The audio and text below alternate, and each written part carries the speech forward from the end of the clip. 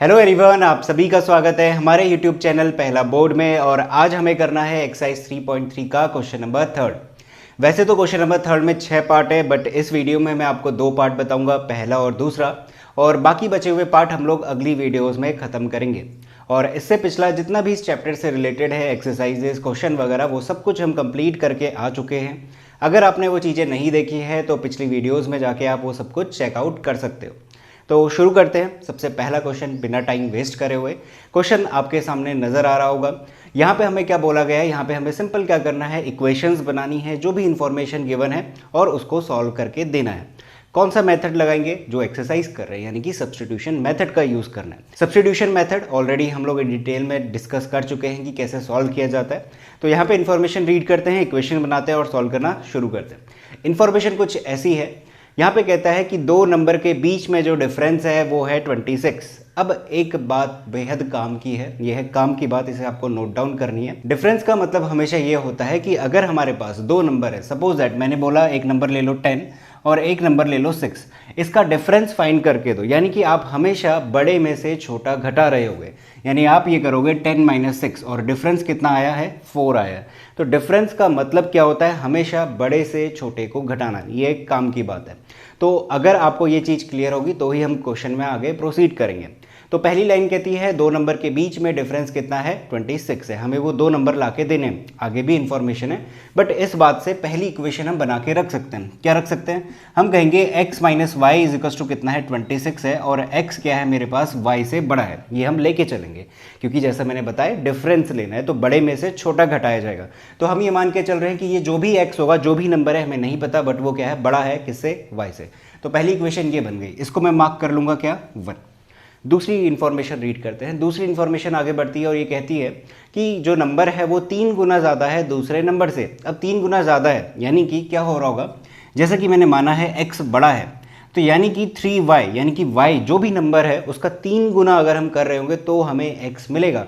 यानी कि of course x क्या है, y से बड़ा है, जिस वजह से मुझे 3 को y के साथ मल्टीप्लाई करना चाहिए, क्योंकि 3 को y से करेंगे तब जाके मुझे x मिलेगा। तो दूसरी इंफॉर्मेशन यही बात कह रही थी कि 3 टाइम्स है दूसरे नंबर के, तो हमने मान लिया कि वो कुछ इस तरीके से हो रहा है। अब इसको क्या कर लोगे, ये पहली है और ये दूसरी है, दो पेयर ऑफ इक्वेशन हमें मिलती है। अब सॉल्व करना शुरू करते हैं। सब्स्टिट्यूशन मेथड मुझे लगाना है। अब देखो x - y is equal to 26 है और x is equal to 3y है। मुझे साफ साफ दिख रहा है कि दूसरी इक्वेशन में x is equal to 3y है, तो क्यों ना हम एक काम करें, दूसरी इक्वेशन में से वैल्यू निकाल के पहली इक्वेशन में पुट कर दे। वैसे तो हम ज़्यादातर ये करते हैं कि पहली इक्वेशन में से निकाल के दूसरे में पुट करते हैं, बट ऐसा कोई रूल नहीं है कि हम लोग दूसरे में से पहले में पुट नहीं कर सकते। कुछ भी करो बट सही होना चाहिए कैलकुलेशन वाइज। तो हम यहाँ पे क्या करेंगे, दूसरी इक्वेशन में से निकाल के पहली इक्वेशन में पुट कर देंगे, जो कि ऑलरेडी है x is equal to 3y। तो पहली इक्वेशन में पुट कर देते हैं, हम लिखेंगे put x is equal to 3y in equation 1। पहली इक्वेशन में पुट कर दें, x की जगह पे कितना हो जाएगा, 3y, पीछे से है -y is equal to 26, separate करने पे 2y इज इक्वल टू 26 और y इज इक्वल टू बन गया 213 यानी कि 13। तो y की वैल्यू हमें मिल गई। सिंपल सी कैलकुलेशन है। y मिलने के बाद x चाहिए, x is equal to 3y already है हमारे पास, गिवन है 3y, और y मिल चुका है 13, तो यहाँ पे रख दो, 13 3 ज़ा 39, तो x हमें मिल गया है 39 और y हमें मिल गया है 13। तो सिंपल सी कैलकुलेशन है। आपको ध्यान रखना है कैसे इक्वेशन बनेगी, इक्वेशन बनाने के बाद calculation is the most important thing. तो ये कंप्लीट हुआ हमारे पास, इसको नोट डाउन करो। इसी वीडियो में मैं दूसरा पार्ट भी कंप्लीट करा रहा हूँ, तो इसके बाद उसी को करते हैं। तो सेकंड क्वेश्चन करते हैं। सेकंड क्वेश्चन आपको स्क्रीन में नजर आ रहा होगा। मैं बुक ले लेता हूँ और बुक में से रीड कर रहा हूँ और जो भी इंफॉर्मेशन गिवन है उससे रिलेटेड इक्वेशन बनाते हैं। तो पहली लाइन हमसे कहती है the larger of to supplementary angles exceeds the smaller by 18 degrees. अब देखो इसी एक लाइन में दो इक्वेशन छुपी हुई है, कैसे हम पता करेंगे वो देखते हैं। सबसे पहली बात समझना, यहाँ पे गिवन है कुछ सप्लीमेंट्री एंगल्स जैसा। अब सप्लीमेंट्री एंगल्स क्या होते हैं, और लास्ट में कहता है एंगल फाइंड करके देने, ठीक है। सप्लीमेंट्री एंगल क्या होते हैं, जिन दो एंगल्स का सम करने पे 180 बन जाए। अगर मैं यहाँ पे मान के चलता हूँ कि जो दो एंगल है, एक है x और एक है y, यानी कि x plus y is equal to 180 अगर मैं रख दूंगा, ये मेरी पहली इक्वेशन होगी। तो इस तरीके से हमें इक्वेशन फाइंड आउट करनी होती है हमारी गिवन इन्फॉर्मेशन में से। अभी अगर समझ में नहीं आता है, एक और बार लाइन रीड कर रहा हूँ और अच्छे से एक और बार हम इसको समझने की कोशिश करेंगे। सुनो, the larger of to supplementary angles, कोई दो सप्लीमेंट्री एंगल्स है, उसमें से जो लार्जर है, ये पहली लाइन का थोड़ा सा हिंदी में मैंने कन्वर्ट करके दे दिया है, यही इसमें बोला जा रहा है।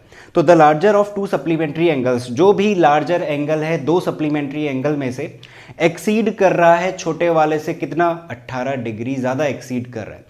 अब इसी लाइन में दूसरी हमारी जो इन्फॉर्मेशन है वो भी छिपी हुई है और वहाँ से हम लोग दूसरी इक्वेशन निकालेंगे। सप्लीमेंट्री एंगल वाले से हमें डायरेक्ट ये कंक्लूजन निकाल के रख देना है x + y = 180, गारंटीड हो ही रहा है। अब देखो इसमें क्या हो रहा होगा, इसमें ये ऐसा बोला जा रहा है इन्फॉर्मेशन के अकॉर्डिंग कि इन दोनों में से कोई ना कोई एक एंगल बड़ा है।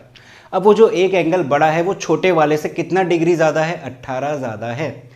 मैं मान लेता हूँ कि यहाँ पे हम मान लेते हैं कि x मेरा बड़ा है y से। आप ये चीज़ ले सकते हो, ये एज्यूम करनी पड़ेगी कि x हम ले रहे हैं y से बड़ा, ठीक है। तो अगर x y से बड़ा है तो क्या ऐसा नहीं हो रहा होगा कि y में मैं 18 ऐड करूँगा, यानी 18 डिग्री ऐड करा जाएगा तो मुझे x मिल जाएगा, क्योंकि ये तो इन्फॉर्मेशन ही कह रही है बड़ा वाला छोटे वाले से 18 डिग्री ज़्यादा है। तो छोटा वाला हम क्या मान के चले हैं y, उसमें 18 ऐड करेंगे तो बड़ा वाला मिल जाएगा। तो ये हो गई हमारे पास दूसरी इक्वेशन, x = y + 18।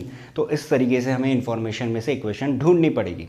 स्टार्टिंग में प्रॉब्लम आ सकती है, बट जैसे जैसे आप लोग प्रैक्टिस करोगे, क्वेश्चन को समझने की कोशिश करो, हिंदी में ट्रांसलेट करो, चीज़ें आसानी से समझ में आने लगेंगी।